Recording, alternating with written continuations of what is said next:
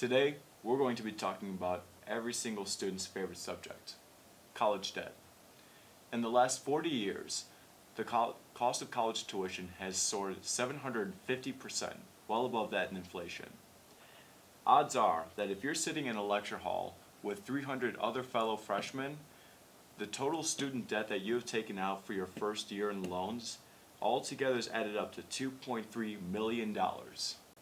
That is enough money to buy 438,095 Starbucks venti pumpkin spice lattes. That's more than any basic girl can ever ask for in her life. That's a lot of money, yet it seems to be the one danger that your parents won't warn you about, and they need to, because college isn't just an education, it's an investment into the future, an investment that requires high risk for high return. Today, there is a stigma with vocational schools, with only 1% of college students attending. This, paired with the fact that the government has made it very easy to get fixed-rate student loans, means that many students are going into college without really understanding the consequences of what they're doing. With college tuition rising at a rate much higher than inflation, we must think about those consequences. Today, 48% of college graduates have jobs that they are well overqualified for. The amount of taxi drivers with college degrees has risen from 1% to 15%. And unless you want someone to explain Karl Marx and the statistical probabilities of finite math to you while you're on the way to the airport, that is not a good thing. The point of the matter is that the major and school that you choose to study at does matter. Someone attending Berkeley studying engineering will make $1.1 million more over their lifetime than someone who never went to college. However, if that student chose to go to Murray State and studied arts, they would make $147,000 less than someone who never went to college. This obviously has heavy implications for college students and when they're planning for their future. And for more on that and how it relates to you and Indiana University, we turn to our colleague, Daniel Valentini. Daniel? Thank you, Nick. Like we said, today there are more college students than ever before. And with so many overqualified, that may not necessarily be a good thing. There have been proposed solutions. They should be canceled in the same way that the debt of Wall Street was canceled, essentially writing it off as a digital, sort of a digital hat trick, which is done in the form of quantitative easing. But it was about $4 trillion in free money in the form of so-called quantitative easing, which is a magic trick that basically people don't need to understand any more about than that it is a magic trick. Unfortunately, it's just not that simple. And for students at Indiana University, this means owing over $31,000 on average after 4 years. And this doesn't just impact the way they make decisions. This impacts their entire college experience. Hello, would you like to introduce yourself? My name's Aditya Giridhar, and I'm from Solon, Ohio. It's a suburb like half an hour outside of Cleveland. Hello, what's your name? Danielle McKnight. Can you introduce yourself? I'm Lily Donahue. I'm a freshman. What's your major? I'm a law and public policy major, and I'm minoring in intelligence studies. And what's your major? International studies. Can you tell me what your major is? I'm a BFA musical theater major. Interesting. And are you in state or out of state? I'm in-state. In-state. I'm from Bloomington. And has that affected you in any way? Maybe just positive. I'm familiar with the area, but it didn't really impact my decision, I'd say. And has the in-state helped you out in any way? I mean, it's beneficial financially. That's a lot of what factored into my decision to come here. It's a lot cheaper being in-state, and my dad works at IU, so you get a discount for that as well. So a lot of my decision to come to IU is based on cost, if not all of it. No, so funny story about me is that while I was applying to IU, I was an out-of-state student. But since my dad works in Indiana, and he was working there for a while, for like a couple years, I petitioned to get in-state tuition. So currently I'm an in-state student. Okay, and do you think that that's made a big difference?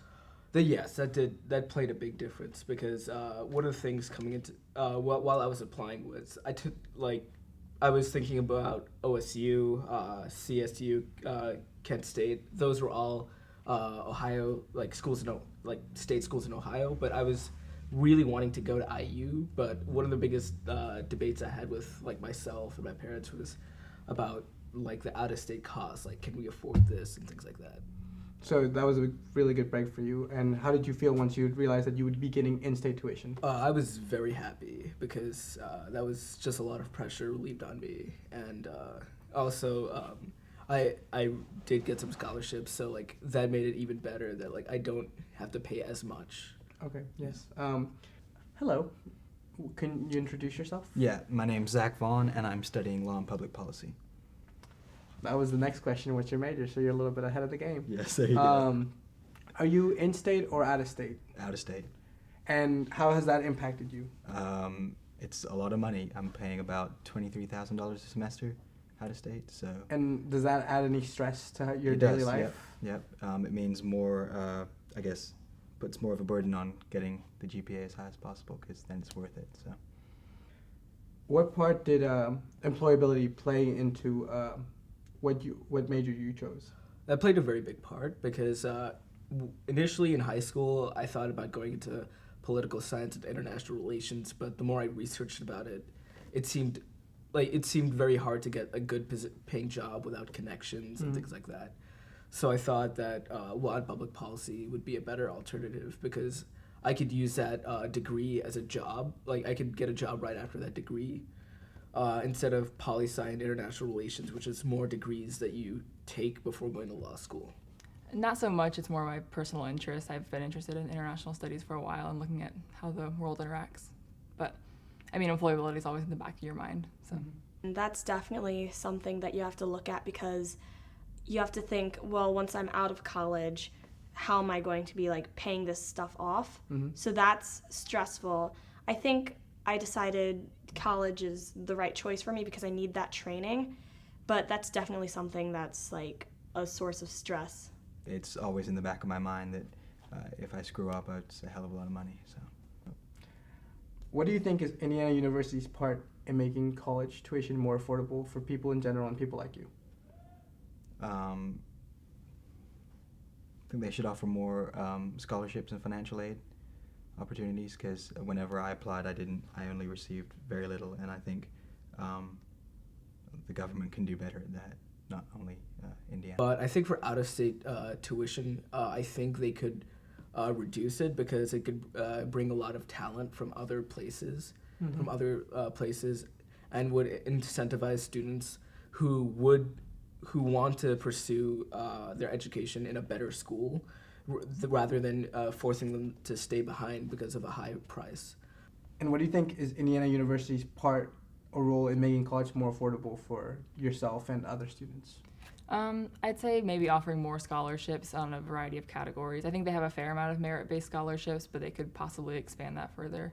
But overall, I think they do a decent job. If there was a better program out there for you, but it cost 2 to 3 times more, what do you think you would do? I think,